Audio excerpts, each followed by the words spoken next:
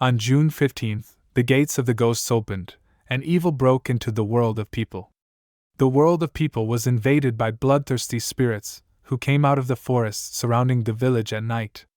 They were looking for those who walked the streets at that time, and did not allow them to return home alive. On this ominous night of June 15th, during the festival of the moon and demonic beings, a pregnant girl knocked on the door of old Joe, an ordinary old man with gray hair and a scar on his chin that stretched halfway down his cheek toward his eye, asking for help. When he saw her, he was very embarrassed because it was freezing outside and she was wearing a light blouse, torn pants, and bare feet, and he hurried to invite her in. But then his wife, a woman with silver hair, appeared and screamed not to take her, because this girl was dead. The old man was terrified and began to retreat, but the girl did not let him go, revealing her face, which had been hidden by her hair. She coldly and blue held the old man's hand and screamed uncontrollably that her child needed help. Her face was blue, her eyes were sparkling angrily, and her mouth was partially torn, with some skin still intact. The old man's wife, Grandma Lena, was no ordinary person.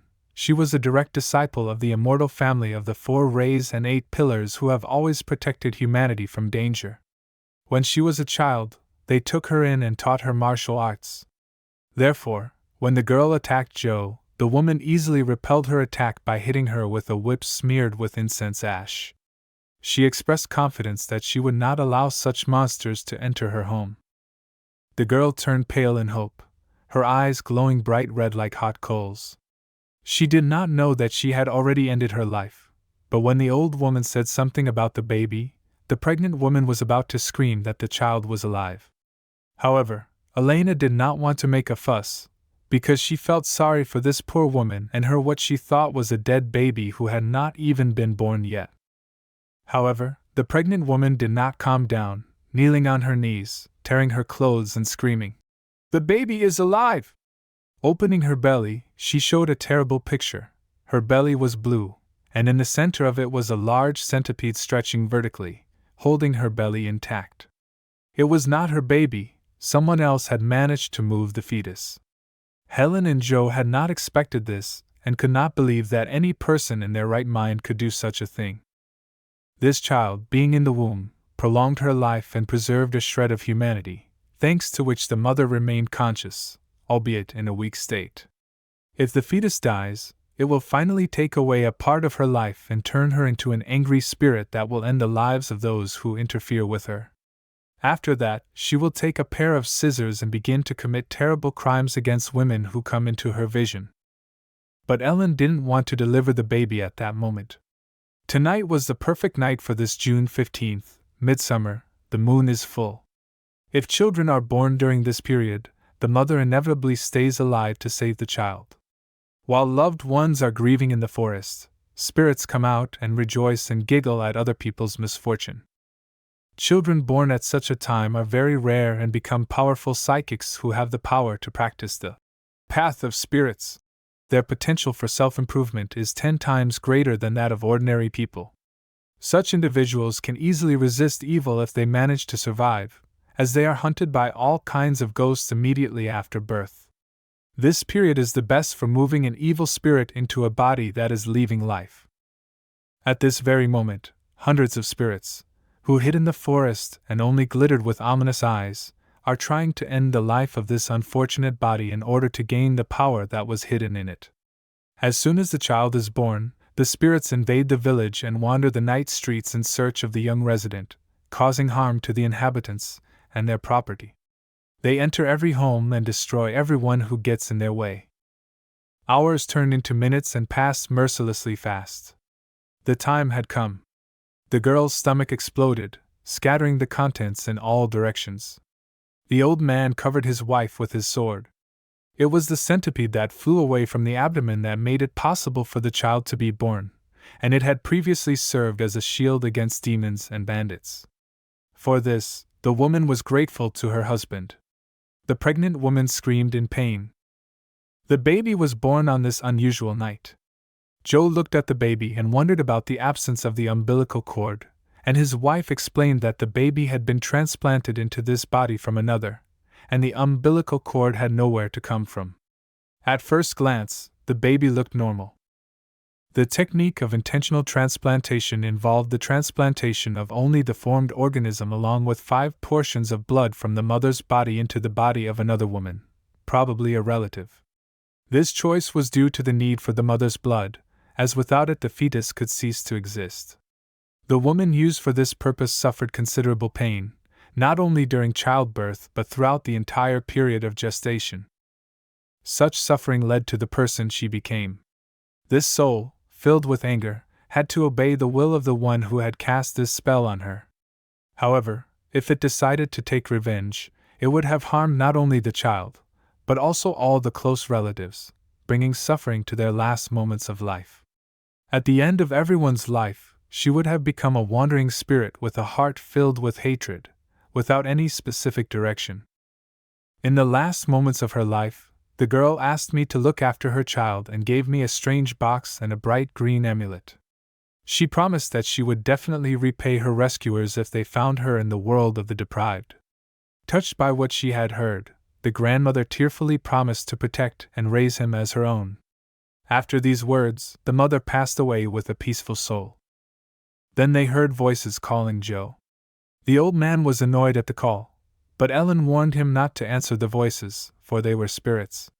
Because the gate was open, these spirits were luring them with the 5 blood poisons that were in the newborn child, and they were just waiting for an opportunity to attack. The grandmother advised her husband to take the child inside, and she decided to deal with these monsters by calling upon the powers of the Black Serpent. The old man decided that his children should take care of the newborn. His son did not want to let go of his father, holding on to him and expressing concern for his mother. Answering with confidence, the old man said that his wife was the strongest woman in the neighborhood, but he still could not leave her alone, as it would be a disgrace for a former ghost hunter. The old man ordered the children to take the amulet from evil that Ellen had placed on the roof and strictly forbade them to go outside under any circumstances. But if things got really bad, he ordered his son to take the children and his daughter-in-law and flee to the mountains, where there was a place under protection. He himself hurried to help his wife. When he arrived, he met the woman who had already reunited with her snake and asked her why he had returned. The old man assured her that thanks to his fighting skills, even though the snake was powerful, their chances of defense would increase significantly. The black trails of ash from the incense, spreading in ribbons in the air, betrayed the approach of evil. They appeared, ghosts dressed in leather that radiated a faint blue glow, and they attacked Ellen, but were immediately defeated, and she slapped them with her rope, causing them to dissolve. Suddenly, something terrible and large screeched behind her and rapidly approached. The monster with its long arms and legs resembled a human being, only it was no longer human.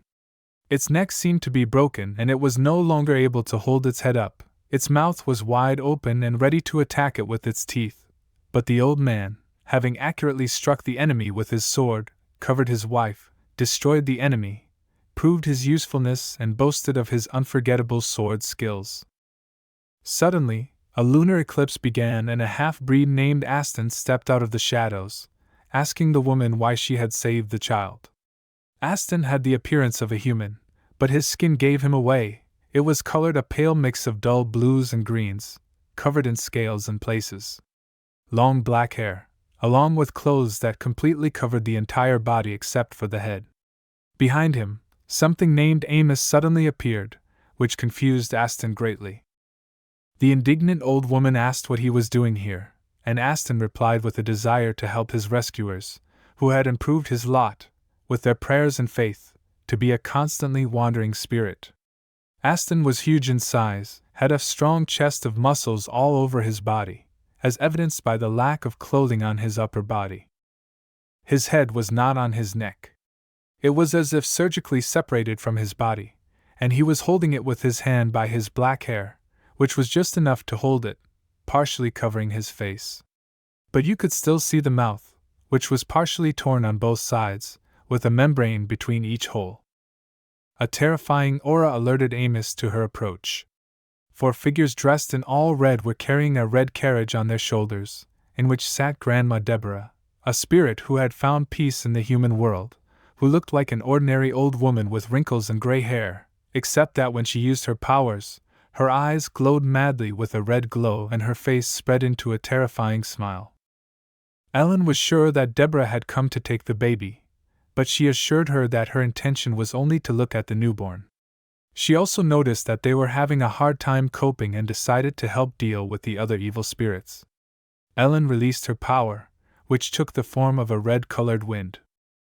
The elders, of course, did not believe in spirits, but they realized that it could cause more problems than those already surrounding them, since it was stronger than all of them together. The spirits began to enter the house, going around to the other side of the village. The screams of the daughter-in-law and the children made it known. The son continued to sit on the roof, holding the amulet, which was activated and began to emit yellow light. Amos came running to the rescue and tore the attacker, who had almost gotten inside, with his claws, and he vanished into thin air. Another monster tried to reach through the open window with its slippery tentacles, but the special child grabbed one of them and bit it off with his fangs as if it were an ordinary piece of bread. The monster reacted unexpectedly, screaming and running away, and the daughter-in-law was horrified by what she saw, covering her mouth with her hands and holding back her scream. Realizing the difficult situation, Ellen makes the important decision to detain them herself, with the intention of giving Joe the opportunity to take the children and get as far away from danger as possible. But Joe refuses to listen to this option, and while they argue, Amos suddenly appears between them, holding the child in his arms. In an incomprehensible situation, an old woman, not understanding what Amos was doing, asked him why he had taken the child out of the orphanage. But upon deeper understanding of the events, she realized that it was necessary because the child himself showed incredible strength and control over his spirit and managed to enter the battlefield in this way. Suddenly, the baby's eyes glowed bright red, and he easily escaped Amos's grasp, returning back to his mother's red, now masterfully controlled, and his eyes were filled with anger, the smile on his lips no longer showing childlike innocence, but something more mysterious and disturbing. This was the difference between him and the other babies. Not only was he already seeing and crawling, but his body, which had been born only a few hours earlier, was extremely well formed.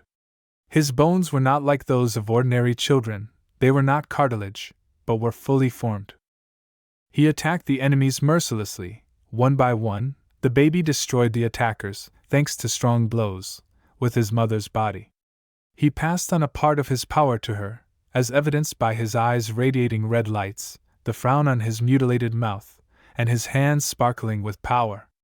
Everyone was surprised at the aggression of a small child who had just been born a few hours earlier, but the half-breed assured them that as soon as the baby left the womb, it would be a normal child who knew no anger. Something extraordinary happened here. The mother's body fell to the ground without a trace, and the child returned to its previous state. All the evils surrounding the child tried to pounce on it. Joe tried to approach, but Ellen stopped him, saying that approaching would lead to the loss of life. So she decided to accept the bone of the Millennium Spirit, transforming herself into it to stop the other spirits until their family could escape and find a safe place. Amos protested against this decision, because after such a transformation, Ellen would lose the ability to be reborn, but there was no other way out. Suddenly, the ground shook and cracked under their feet, and the monsters could not escape and froze before their eyes, turning into blocks of ice. The old man thought it was an avalanche, but unfortunately it wasn't. It was the sound of something terrible approaching, something coming from the depths of the earth. And then he appeared, a man with long white hair and dull greenish skin, wrapped in chains with spirits holding on to the ends. Hearing his order to stay out of the way, all the spirits and demons vanished into thin air, saving their own skins. Joe didn't know what or who he was, but he realized one thing: he was very powerful. Ellen grabbed the old man by the sleeve and fell to her knees and bowed her head before this brave general, greeting and praising him, while the baby crawled carefree in the yard. The old man didn't know who we were talking about, so Ellen began to explain. His real name is Hank, and according to legend he is the son of a famous and ruthless ghost hunter. He was born with the power of the gods, was brave and always sought justice, but was a bit stupid by nature, as his parents took their lives early and left him to the mercy of fate from an early age. Hank was lucky when a local woodcutter came across him and decided to take him in. However, the man had a daughter, Angel, who stood out for her incredible beauty in those parts, and over time began to develop feelings for Hank and became very attached to him. So they decided to cement their feelings with a marriage that made the locals jealous, especially the hooligan Asher, who was madly in love with Angel. Asher had a brother who was involved in dastardly deeds and led a dangerous lifestyle. When he found out that Angel got married, he couldn't stand it and went to her house with a group of bandits to mock and teach her a lesson. But they ran into her husband, Hank, whom they could not defeat.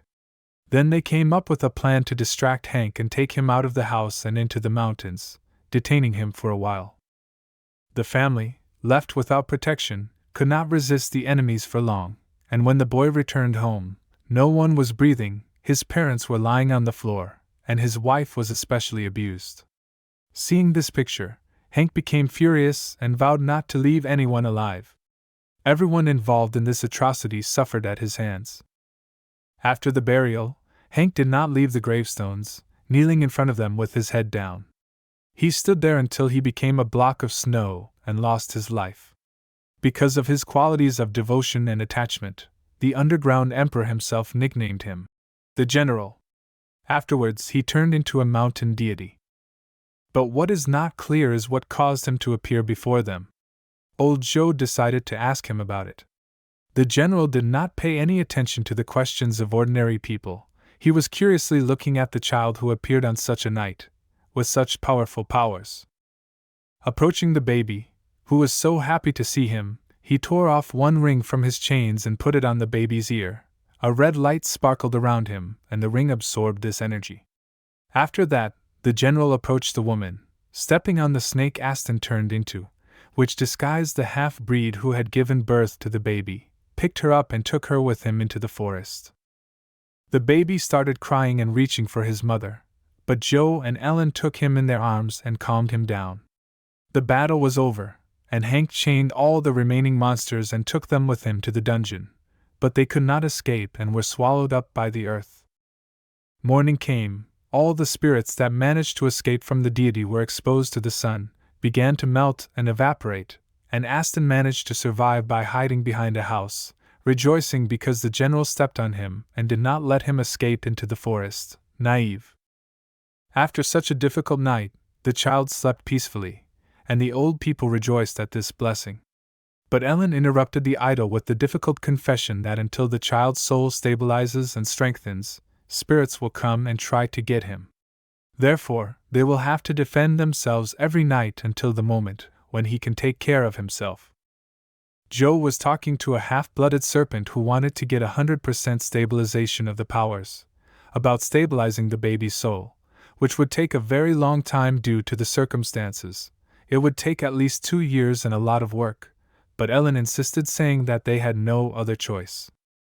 High up in the snow-covered mountains, there was the Hill of the Saints, where a beautiful and powerful holy tree grew, and Joe and Ellen went there, bringing gifts, apples, chicken and cakes, and lighting incense. Ellen asked to see Mr. Jean, the divine spirit who had found peace there.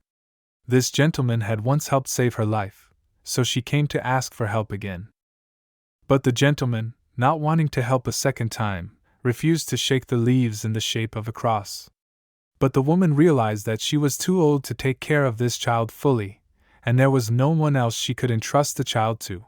Everyone in this godforsaken village was old and weak, so she banged her head against a stone and begged the gentleman to help her this time, despite his busy schedule. If so many spirits wandered into the village again, they would not be able to fight back and would kill not only themselves but all the inhabitants of the village, so the woman continued to kneel and beg for help. Old Joe, seeing the woman's efforts, although he did not believe in the gods or their help to people, but if he could help save the child and the village from certain death, also knelt down and smashed his forehead on a stone, bowing his head to the deity. Suddenly, the tree rustled and dropped a stick on Joe's head, coated in something thick and yellow. Although he held the stick in his hands, He did not understand what it was or why. Ellen was very impressed with what her husband had done, despite her disbelief in such powers, and was able to kneel before them with his head bowed, but he still received a sign that would help them. Still, the old man did not know how an ordinary branch could help in their situation, but his wife assured him that this branch was not ordinary at all and would definitely help them out, protect them from evil, so she simply assured him that in time he would understand how, but now he had to go home. When the old woman came home, she immediately began to plant the branch that the tree had given them, which Joe was very indignant about. He thought it would help them protect the child, and why would they need this branch, which would grow too long and would be useless? But the woman did not respond to her husband's complaints and just waited in silence. Suddenly, the tree took root with incredible speed and grew huge and strong, covering the ground with green leaves. The woman was not at all surprised by this behavior of the gift, unlike her husband. He was surprised and opened his mouth. Who would have thought that an ordinary twig given by God's creatures could do such things? The woman happily told him that it was not an ordinary branch, but a branch from a 10,000-year-old pine tree, to which no evil would dare to touch or even approach. The man was so amazed by this discovery that he did not say a word. It was time for the ritual. The sun had gone down, darkening the world, and the wind gently swayed the rows of cloths and candlelight hanging from Ellen's rope. The woman took the child outside, where she performed this ritual called skin changing, and placed him on a table with candles around the edges. This ritual was necessary to seal all the spiritual holes of the child with another skin that was more than 1,000 years old. Thus, she completely deprived him of the ability to improve spiritually. To perform this ritual, she mixed a substance that looked like liquid honey and poured it on the child, who, not understanding the meaning of what was happening, splashed around merrily. During this ritual, quite a few spectators gathered, and the half-breed and Amos watched with interest. Since the woman was well aware of the ritual, but had no experience, and also did not have millennial skin, she decided to change this part to what the half-breed was skeptical, asking if the desired result had been achieved. So Ellen decided to tease the boy by asking him if he had a thing they needed that could save them without a ritual, namely a black spirit that could take souls to the world of the dead. He was very offended and shouted that even if he didn't have such a good thing in his arsenal, he was no worse than his predecessors. Listing all the mighty family members of his family tree, the snake of 500 years of rebirth, it looked like an ordinary snake but eventually increased in size and color from pale blue to a similar green marsh color with admixtures of the same blue. The phoenix was 500 years old. It looked like a cross between a snake and a dragon, its body filled with scales and its hind and front legs with long claws already grown and formed. Its color was something like a mix of delicate shades of green and blue, and its head was already more like a dragon's, but still not perfect. The fur had already appeared and the muzzle was stretched into the correct shape, but it was only a child's version of a dragon. The dragon had been reborn for 500 years. Finally, the rebirth came to an end and the snake finally turned into a dragon. It was a truly masculine dragon. It had strong features of the muzzle, which was surrounded by fur, the head was bent into the right position and horns grew on its upper part. The dragon showed its majesty and danger by opening its mouth, which was generously covered with large and sharp fangs, and by taking out its claws from its fingers, which could tear anything with incredible ease. At the top of the family tree was the majestic dragon that had the ability to change its skin, so the snake, proud of himself, said that with such a pedigree it would be as easy as 2 fingers on asphalt for him to find the skin of a dragon.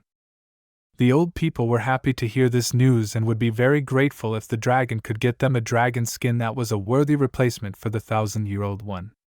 But the young man, calming down after boasting about his lineage, said that the skin might not be quite right for the ritual, because it only looked like a 1,000-year-old skin, and he was not sure that it could be a suitable replacement. Would the old woman be able to handle such a replacement? Amos reacted to such a bold attitude toward Ellen with a scathing response, ordering her not to talk nonsense. But Ellen, with a smile on her face, assured him that with the power of the black snake, she could handle such a substitution in the ritual. She started the action, ordering everyone to defend the place, to prevent the evil that comes with the power of the child with the arrival of night. After adding the remains of his dull yellow broth, which turned out to be 10,000 pine oil from the pine tree that the deity had given them and planted in their yard, the child shone with yellow light that spread in the air and flowed in different directions. The woman desperately believed that the baby would be able to become an ordinary person and that the change of skin would help him protect himself from the evil that the ghosts of the night carried. The oil affected the child, and at that moment it was necessary to apply a replacement. Shouting at the top of her voice, the woman needed the dragon's skin. Aston reacted quickly and took it out of himself, burping somewhere in the depths of his stomach, and just threw it at the child. Aston, who does that? Focusing all her strength at this moment, the woman gave power to a thing that was only similar in properties to the one she needed, wrapping it completely around the baby, leaving no free piece. Lifting him up into the air, the woman begged and hoped for the boy to try to keep her on top of him, and if not, she would have to force him to merge with her. The skin, now shrouded not only in its usual green color, but also in threads of red, squeezed the child trying to get inside it, and the surprise caused him to stiffen and shrink. From the dark green smoke that oozed out of the skin, the silhouette of a dragon appeared, wrapping its body around the child's body, desperately trying to hold on to it as it struggled and pulled away. Old Joe realized that something was going wrong, but not knowing how to help, he turned to his wife, and Ellen, looking for options, remembered the gift her mother had given them when she was losing her last breaths. It was a strange talisman of bright green color, shaped like a circle, decorated with strange patterns, and along with it I gave either needles or spikes carved from wood. They were large but thin. The old people, although they accepted this gift, did not understand its meaning until now. The woman realized what they were for and asked Joe to give them to her immediately. As soon as the old man took them out of his pocket and handed them to Ellen, the talisman was drawn to the child and he grabbed it with his hand, holding on to it tightly. And as soon as the talisman was in the boy's hand, the needles dug into the child's skin, as if to help the dragon's skin get inside and merge with the baby. And a miracle happened. The talisman, glowing with yellow light, proved its usefulness and helped the boy to merge, and the needles, with great speed, rushed through the skin, as if tearing it into small shreds. It spread and disappeared along with the green light that surrounded it into the boy's skin. In this way, it covered all the power inside the body and protected him from it, and from the spirits nearby. After the ritual, a black silhouette of a dragon, similar to a tattoo, was engraved on the child's shoulder, across his back, to the other. The old man took the baby, who was smiling and still holding the amulet and needles given by his mother, and felt sorry for the trouble this child was causing, and gave Joe the idea of giving the child a name. On reflection, the old man suggested naming him Alan. The amulet was engraved with the symbols of the clan that translated to Bree, which was probably his mother's clan before all these terrible events. So he suggested giving him a double name, which sounded like Bree Allen, and the old woman gladly agreed to give the kid a name that carried such a great meaning. 5 years later, Joe and Alan were cautiously walking down a steep slope between snow-covered hills, and the boy fell, burying his nose in the ground. The old man was frightened, ran and asked if the kid was okay. Rapidly raising his head, a smile appeared on the boy's face. Still on his knees after the fall, Alan shouted joyfully that he had found the grass he had already pulled out and was holding in his hand. The grandfather praised Alan, patting his head and noting his keen sense of smell for spiritual herbs. But Joe didn't understand why the boy was constantly collecting these herbs, so he asked him why, and he replied with a smile on his face that he wanted his third uncle to get well as soon as possible and take him to the river to catch frogs, and his grandmother would no longer cry. But the old man turned very gloomy, saying that, unfortunately, no amount of herbs could help the third uncle. The sun was shining outside, the weather was beautiful, but this poor family was not concerned about the weather. Once again, they heard the terrible news. Doctors and healers came to help the family, but no medicine could even improve his condition. There were people with gifts of healing, but it was too late. His wife was heartbroken by the news, and she was pregnant in her last months. A plague had been ravaging their area for a month, killing 10 people, and he was the next to suffer such a fate. The mother realized that at such an advanced age she too would inevitably fall into the clutches of the plague, and reassured her son that they would meet in another world where they would not be affected by the disaster. Hearing this, the son was indignant. Not wanting to hear this, he said that they had Alan, who was still very young, and they had to take care of him even if he left. And his beloved woman, being still very young, should live a happy life not alone, and the man shed heavy tears of despair. Hearing this request from her husband, the girl said she would never do that. Sobbing bitter tears, she could not let him go so easily. The mother, understanding her son's grief and forgetting her own misfortune, assured him that she would treat him as her own daughter and make sure that their child had a father. During such a difficult moment of sadness, a joyful Alan came into the room, carrying medicinal herbs that looked like a wildflower bouquet with different types of flowers. His grandmother tried to stop him by standing in the way between him and the bedside, ordering him not to go near his uncle, who could infect him. But the child did not want to listen. He said that he was not afraid at all and had come to cure his uncle. He ran as fast as he could toward the sick man's bedside, calling out loudly to take the medicine he had brought. Everyone looked at the running child in surprise, but the doctor stopped him, grabbing him by the hood of his jacket and explaining that his uncle was one step away from the end. Such a severe illness did not respond to any medicine, even magic did not help in this situation, and he naively believed that some herb would help the patient. But then I noticed the composition of the herbs the boy was holding. A decoction of linden flowers, chamomile, thyme, oregano, rose hips, and morsels of berries are very useful for warding off illness and evil spirits. The doctor was amazed when he guessed which decoction the boy was referring to. Asking who taught him this, the kid wanted to name himself, but his grandfather decided not to reveal his outstanding knowledge and skills to an unfamiliar doctor. He called himself the one who had thought of this combination. Of course, the doctor could not help but express his applause and admiration for such an incredible discovery of a fake genius, to which the others reacted with a stiff silence. Taking his new specimen aside, the doctor asked when the genius had become interested in medicine. Meanwhile, the grandmother praised the young savior of the entire village. The grandmother hurried to tell the good news to all the villagers, and Adam shouted at her back to not forget to tell his new friend, the sister from the cemetery. The grandmother, not expecting to hear this, stopped abruptly and asked in fright who this friend from the cemetery was. This sister was a girl at the well in their relative's yard on the outskirts of the village, who greeted the third uncle and licked his neck. The daughter-in-law, not understanding anything, thought that the boy had misunderstood something or that the ritual of skin changing had not worked, but the grandmother said that Alan's eyes were not affected by the skin change, so he could safely see the spirits. Helene decided not to wait for an opportunity, and, after distributing the medicine to the villagers, she would visit to find out what it was and to look for any traces of his presence.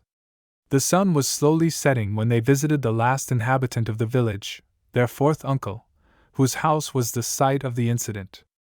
Knocking on the gate, they informed the man that they were distributing medicine that works immediately after use. The fourth uncle was happy to hear this news, because his whole family was sick. And of course, how could we go on without praising our prodigy savior old Joe by his new fan, the doctor? The old woman decided to check the place Alan mentioned, but surprisingly, there was no trace of the evil spirit in the house. Even the well near where it happened was clean, and she thought maybe Alan had misunderstood or misrepresented the location of the place where they met the evil spirit. And until she realized what it was, she decided not to say anything to anyone, not to scare them. Meanwhile, Joe was given gifts that he refused and tried to run away from gratitude that he did not deserve. The wife decided to help her husband, saying that they didn't need any gifts, that the fourth uncle's whole family was sick and they needed it more to restore their strength and energy, to which he reluctantly agreed and thanked them again. As a parting gift, Ellen gave her husband a dagger with a leather handle and a red cloth wrapped around it. She said it was a talisman that would ward off any evil that dared to enter the house. My uncle gladly accepted the gift and began to hang it right in front of the main door, and the guests left, wishing him well. As soon as they crossed the threshold of the house, something viscous and black like resin attacked the dagger and began to break it. The next day, Ellen took Alan with her and went to the fourth uncle, the Smith family, to make sure everything was okay. The uncle was nervous about the old woman coming to their house so often and asked her if she saw anything suspicious. She assured him that everything was fine, and he breathed a sigh of relief and told the whole family. After the relative left, Ellen asked the boy again if he had seen her there, and the boy said yes with confidence and began to call for his sister, but no one came to answer. The old woman decided to throw some old copper coins to calm her down and stop her from getting violent, and they decided to go home. Suddenly, Selena, a nurse in their village, called out to her that her daughter-in-law was in labor. The labor was long and difficult, lasting into the night. The child's father was very worried about why the labor was so long, but the grandfather reassured him that everything would be fine. And then Selena ran out of the house and shouted that the pregnant woman needed to be taken to the hospital immediately because the baby was in danger. The child's parents and old Joe split up to waste no time. The third uncle ran off to find a wagon, and old Joe ran to get money. But the nurse stopped them and said that the pregnant woman should be taken not to the central hospital, but to the district hospital, which was a day's drive away. The man asked her if she, as the best nurse in the district, could do something about it, and she said that if she could, she would, and not waste time talking to them, because if they left things as they were, his wife would not survive. The day's drive was too long, and they didn't have time for that, and everyone started to panic. The third uncle was so nervous that he fell to his knees and burst into tears, asking the gods to save his wife and child's lives. But then Alan came forward and said not to worry, because he knew a way. But the nurse decided not to listen to the man, saying that the woman's life was at a critical point, and he could not help her. But the grandfather and the third uncle, knowing the boy's skills, decided to listen to him. He knew an incredibly powerful potion that could help the mother and help the baby to be born, but before taking it, you had to swallow a piece of royal ginseng, and then everything would work. The ingredients of the potion, called Witch's Ward, were strange: 8 grams of ancient tortoise scales, 10 grams of honey from red ants' anthills, a pinch of black clay from a dragon's cave, and 5 grams of black snake blood. This should be boiled in clean water and given to the girl to drink. The men jumped up and down and thanked the boy before they even started making the potion. The grandfather heard the ginseng and was overjoyed, because it was rumored that such a strong ingredient could raise a person who was barely breathing to his feet. They prepared the potion and the nurse brought it to the pregnant woman. The daughter-in-law didn't want to drink it because the nurse assured her that it was made by old Joe, who had saved everyone from the disease the day before, but Ellen went to the girl and whispered that it was Alan. The girl was happy, because she also knew that Alan was a gifted boy, so this potion would help her, so she drank it.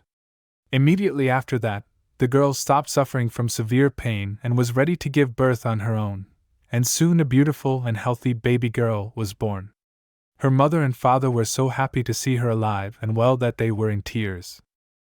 After thanking the nurse for her help, Ellen wanted to repay her, but the nurse waved her off, saying that it was all thanks to old Joe's healing knowledge, and she was escorted around the corner and wandered home, wondering where to hide something away from public view. Suddenly, she saw a strange green light that flashed over her head for a brief moment. She decided to go to the direction it came from and saw a well, and without thinking twice, she decided that it was just the perfect place to throw away her mother's placenta.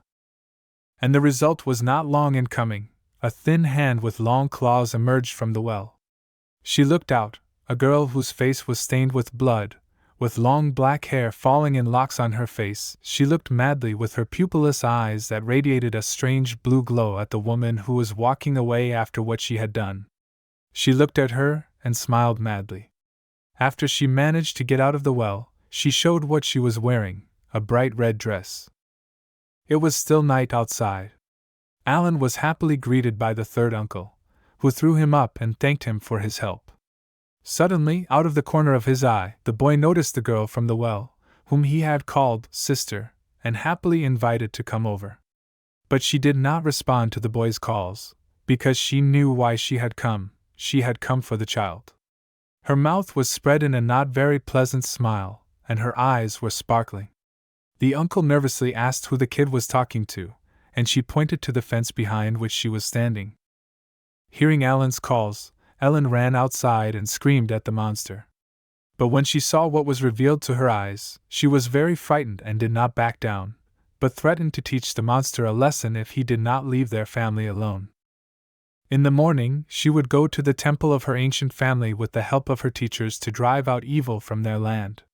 Bringing gifts and burning incense, she asked for a sign. They responded to the woman's prayers and gave a sign by burning incense more strongly that they were listening. Ellen thanked them, bowing down, that they had responded to her call. They began to carve omens of trouble on the table.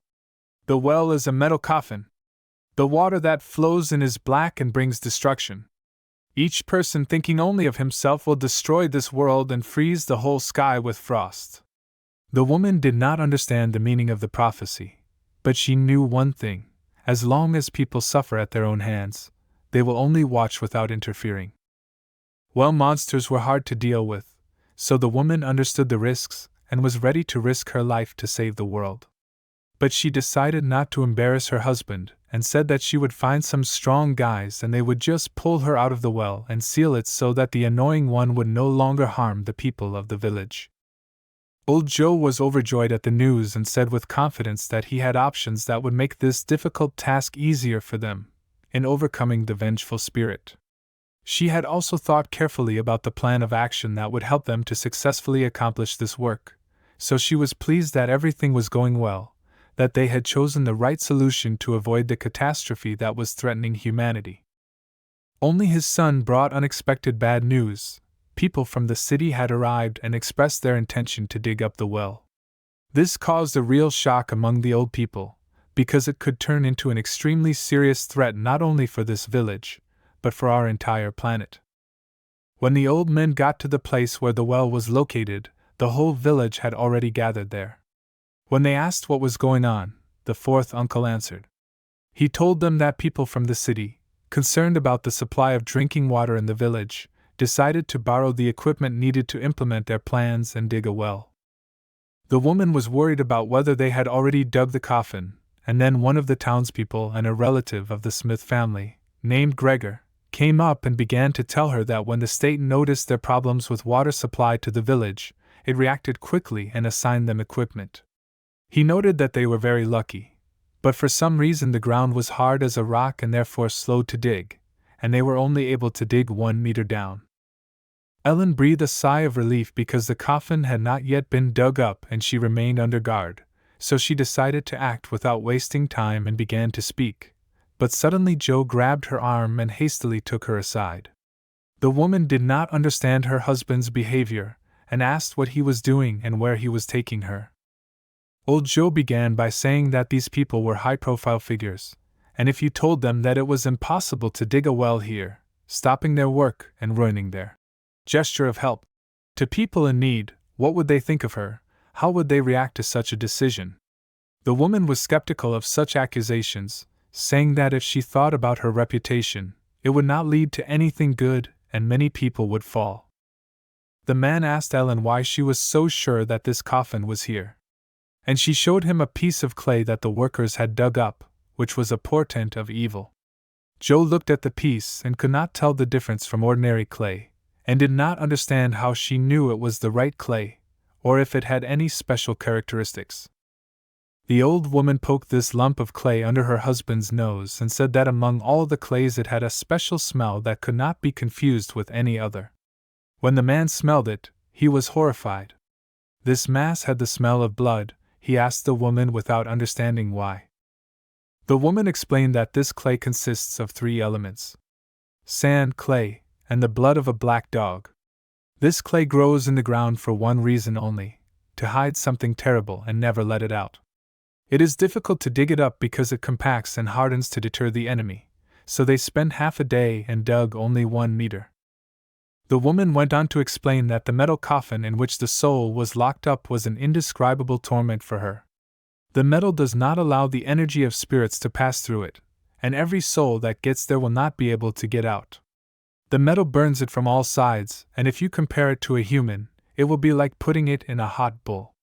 And in combination with the growth of such clay, it will be like putting a person on a heated frying pan and covering him with another one. Every soul, even a good one, when it falls into such a trap for a long period of time, will inevitably become embittered to the depths of its being.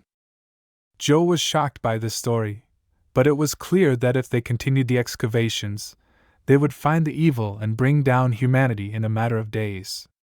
The man decided to take the hit, telling Ellen not to worry about it. He would try to stop the townspeople from continuing their work himself. When he got home, the old man wasted no time in picking up the phone, dialing the numbers on the screen, and calling his old friend. The latter did not immediately guess who was calling and was amazed that it was Joe, and asked him what was wrong, and in a serious tone Joe said that they were about to have a disaster and asked for help. At the same time, one of the Smith family members woke up in the middle of the night and decided to go outside. He went to the equipment and pulled the lever, thus activating the system. The weather outside was just terrible. Large clumps of snow were carried in the air with every gust of wind, and strong lightning struck, filling half the sky with its shine. Against the background of loud lightning, it began to rattle and grind heavily, but still continued to dig, breaking through every moment lower, and the man yawning, watching the device work. The drill kept stirring the water in the well, breaking through deeper and deeper, and then the very coins that old Ellen had thrown in there to keep her spirits up flew out along with the water onto the land. As soon as the coins hit the ground, flying in different directions, the grandmother woke up and jumped out of bed, sensing something was wrong. Her son came running very quickly, bursting into her room, letting the unrestrained flow of air carry the snow into the house, began to talk loudly about the events of that night. Their relative had gone to a better place. So they quickly got ready and went to the crime scene. When they saw them, the frightened Gregor began to ask for help. He didn't know what to do or how it had happened. The man had died under very strange circumstances, and even stranger was the fact that he was lying there without pants. Who needed pants so badly that he took them off his limp body, leaving him like that for people to mock? After everyone was informed about what had happened, the whole village came to hear the noise, and when they saw the fellow villager looking like that, they thought something was wrong with him. It was a shame to go out in the cold in the middle of the night in just your underwear, and they began to build theories about the specific preferences of the inanimate, which was wild to hear. Old Joe heard what people were saying and was outraged and stood up for the lifeless man. How can you be so indifferent to such a situation as to simply discuss his appearance without even leaving the yard and letting the grieving family hear such outrageous things, when they should be worried about what took this poor man's life and is now roaming the neighborhood? Priory could not stand it and cried, "How could this happen? This poor man was sent from the city. He had just managed to see his family when such grief happened, and the monster who did it ran away. He was unknown," which was frightening. Ellen calmed the man down and promised to help him, because this problem was not only on his shoulders, but the whole village could suffer. Hearing this revelation, the man was terrified and asked if there was anything she could do to help them cope with the disaster that had fallen on their heads. Hearing this conversation between the old woman and the man, people came to listen to them. Alan wondered why his uncle and the residents were so scared, and Ellen, meanwhile, ordered everyone, especially the young men, not to go out after nightfall, to find all the dogs with black fur and roosters and let them bleed and piss into bowls, mentally regretting that she had not listened to her immortal teacher and mentally apologizing for not taking action earlier, when it was still possible to avert it. Everyone who wanted to save their families from grief listened to the woman, and did everything according to her instructions. After collecting the blood of the animals, it had to be poured in front of her house. Asking the nurse to notify all the people who had not heard about the plan of action and then to come to her house for the ashes of the incense, the woman hurried home. But even here they were in trouble. All the incense that Ellen had disappeared. The people made a lot of noise. Everyone had their own problem. Some were taking care of elderly parents, some had small children, and everyone was afraid of the evil that had been released. The old woman calmed the people down and told everyone who didn't have incense ashes to follow her to the Hill of the Saints. There they would ask for more from Mr. Jean, who protects that holy place. The woman gave clear instructions on how to proceed. Each person should take a red ribbon and thread it with the needles of the pine tree that grew in their yard, as many as there were family members. Tie the cloth on a branch of the sacred tree, and worship the Lord with respect and honor. Mistakes were unacceptable, so she asked them to follow clear steps, and they agreed with enthusiasm. The woman put her hand to the trunk of the tree, asking for permission. She rustled the tree and golden yellow leaves fell from it, which were scattered by the wind among the people, although the tree was completely green and she realized that Mr. Jean had blessed them. Ellen gave a command to the people to do what she said. Walking up the hill, people reflected that they were very lucky to have people like old Ellen and Joe. No one could disagree. But the lucky ones spotted two figures, squinting their eyes to get a better look, and realized that they were men. They arrived on bicycles, both dressed in business suits. One was chubby, had longer hair and wore glasses, a blue suit and no tie. The other was half a head taller, had short hair, a tie tucked under his throat, and wore a mud-colored suit, introduced himself as Chief Ratch, and said he was there to investigate a crime with a Smith family relative. One of the villagers recognized the beggar. His name was Sean. They told him that they wanted to go to the mountains to the holy tree and pray to the Lord and decided to invite him along. But Sean stopped them, saying that in the 21st century no one believes in such things anymore. It's a waste of time and energy. Even his partner was surprised by this revelation. Sean defiantly said that it was all unrealistic and that he should not believe in spiritual powers, but in real things. And to believe in material wealth, some kind of leadership that he could no longer prove. The residents were angry at the devaluation of their culture, and were ready to attack the man and hit him several times for his impudence.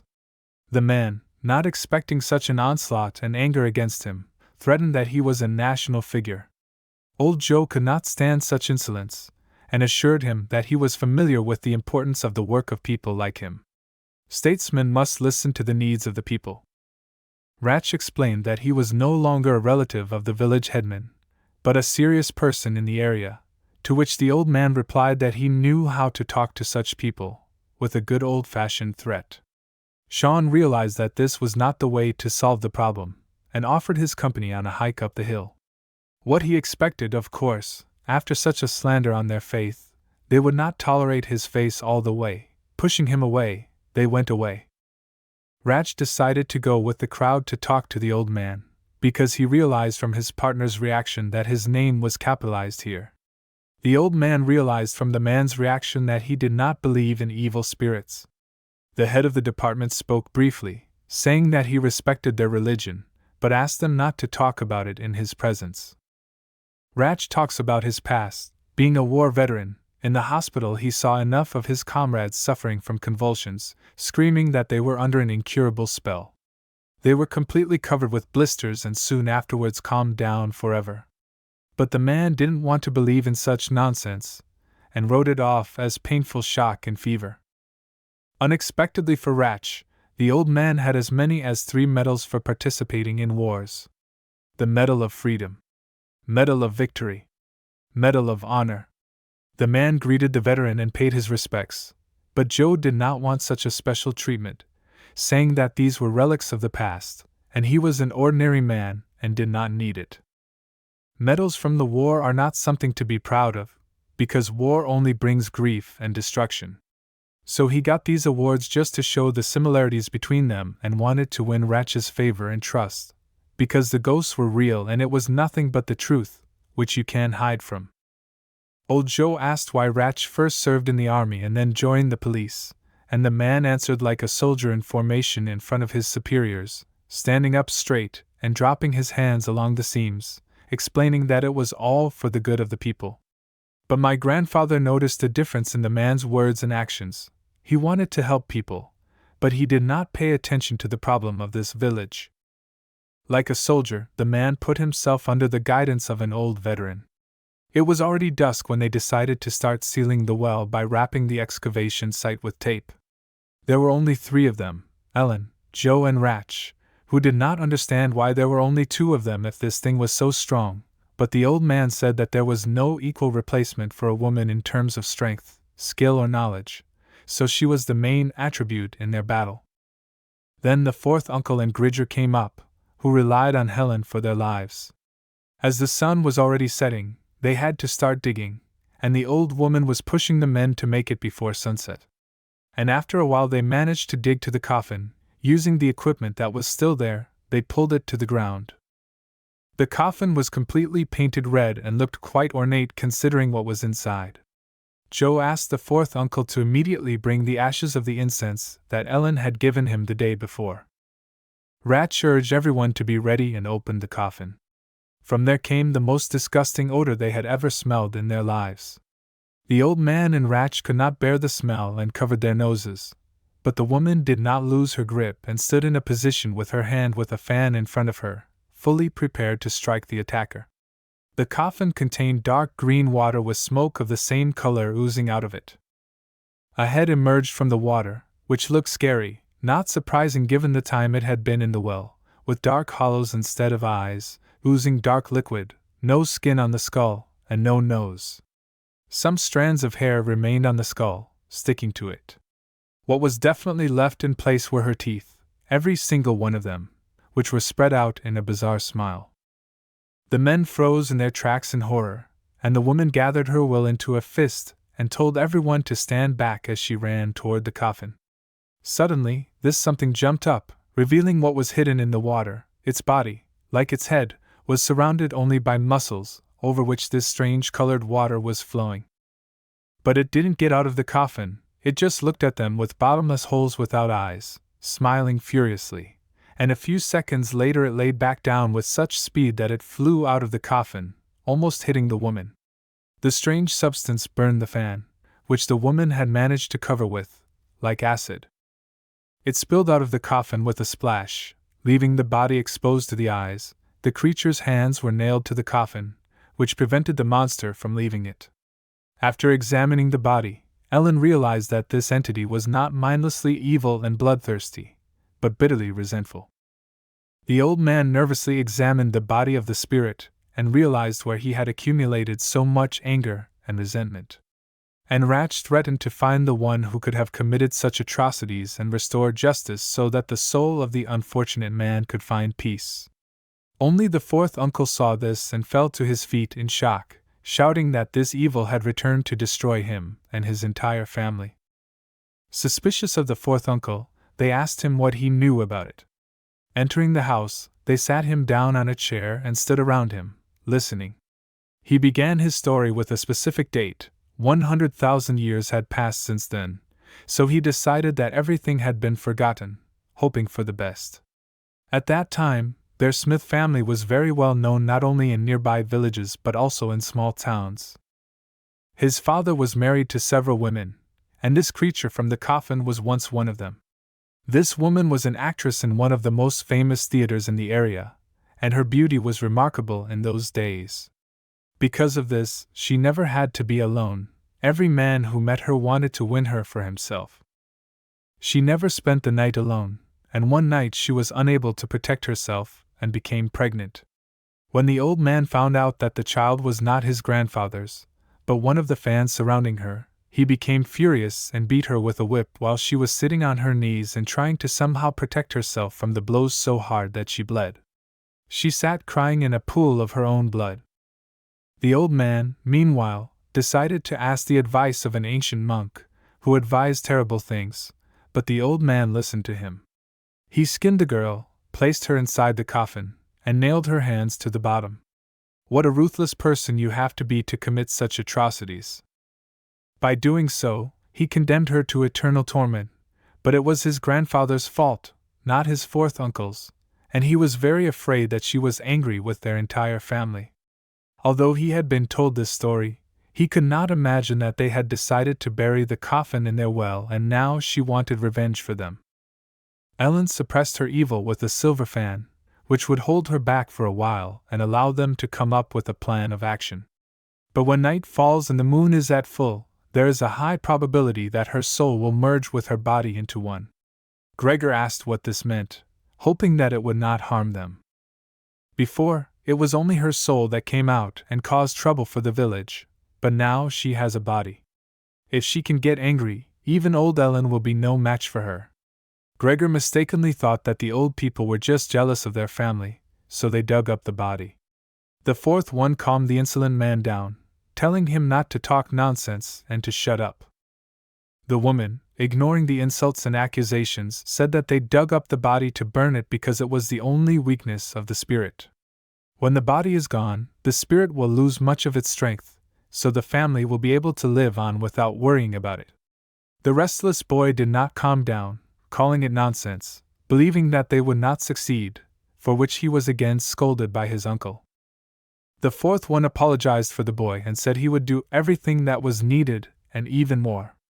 The sky was shimmering with yellow and red colors, announcing the imminent onset of night. They gathered some firewood and threw the body there, and Ellen set fire to the pile with the torch she was holding.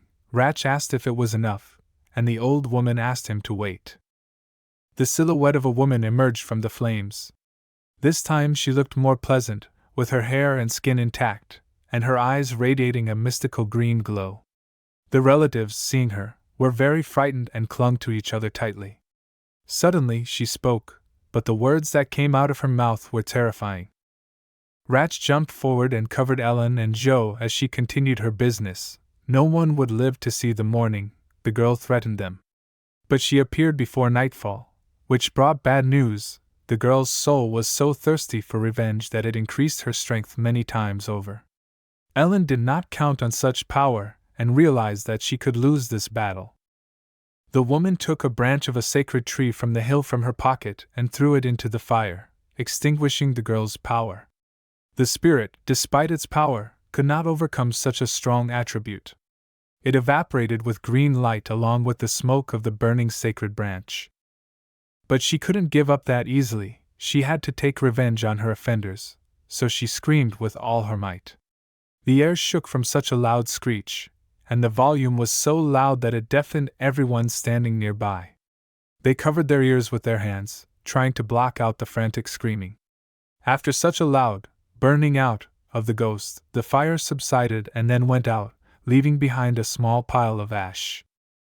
Before the men could rejoice, the woman interrupted their cheers, saying that the work was not yet complete, it was only half done.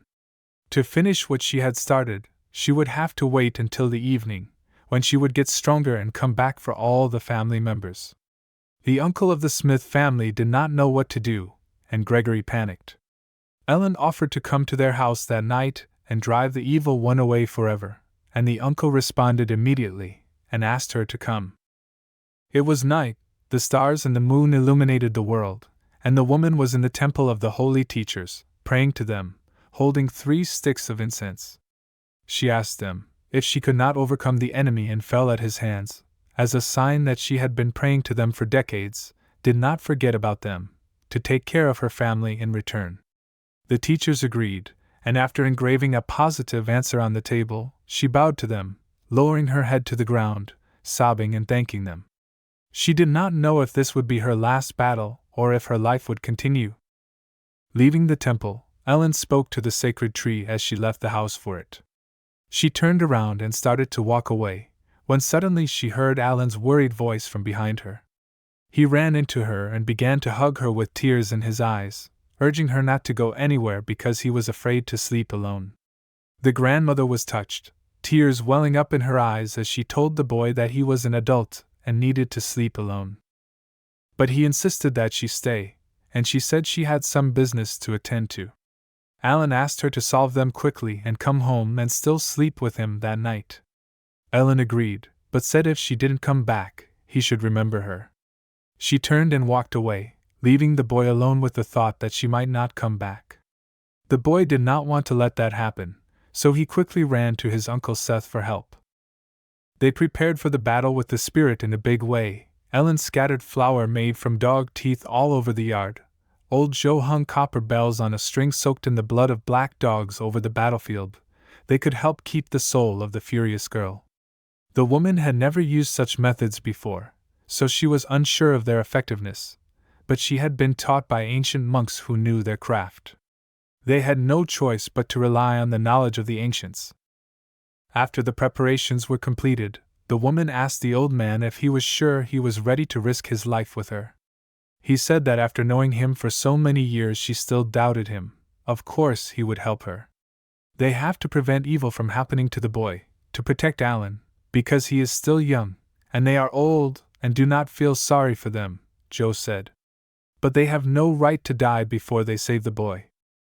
Ratch also wanted to help, because he had always hated outcasts and at this moment he could not become one. He wanted to protect people. This was just the opportunity to demonstrate his desire and fight for justice. The old woman handed him a whip that was soaked in incense, focusing attention on his ardent desire to fight, which worked to attract the ghosts to him. This was exactly what they needed to trap the spirit in the bells. The silence was interrupted by the bells, which were ringing loudly from the ominous, persistent wind, and Ratch pointed with a panicked fear in his eyes to the fence where her hands suddenly appeared. At that moment, she began to climb over the fence, her eyes filled with rage, and she exuded a terrifying and threatening aura.